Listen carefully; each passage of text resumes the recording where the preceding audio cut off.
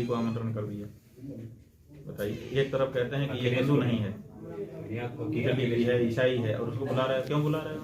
आप बुलाना ही नहीं चाहिए।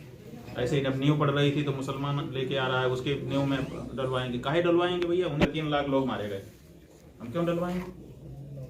लेकिन बस चुनाव में आओ जी, हो गया, सब शुद्धि हो गई। पिछली बार तो आपका वो सब चल रहा है।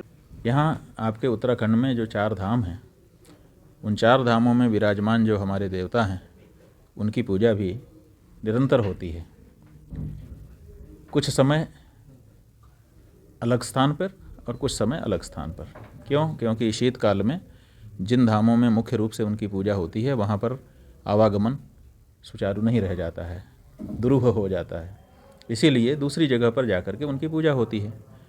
लेकिन पिछले दिनों हमने लगातार देखा है कि जब मुख्य स्थान जहाँ उनका है वहाँ पर पट बंद होता है, तो ये प्रचार आप लोगों के द्वारा, मीडिया के द्वारा हो जाता है कि पट बंद हो गए, और इससे लोगों को ये समझ में बात आती है कि अब दर्शन बंद हो गया, अब 6 महीने बाद हमको दर्शन मिलेगा, अब 6 महीने बाद हम पूजा कर सकेंगे, 6 महीने बाद यात्रा कर सकेंगे।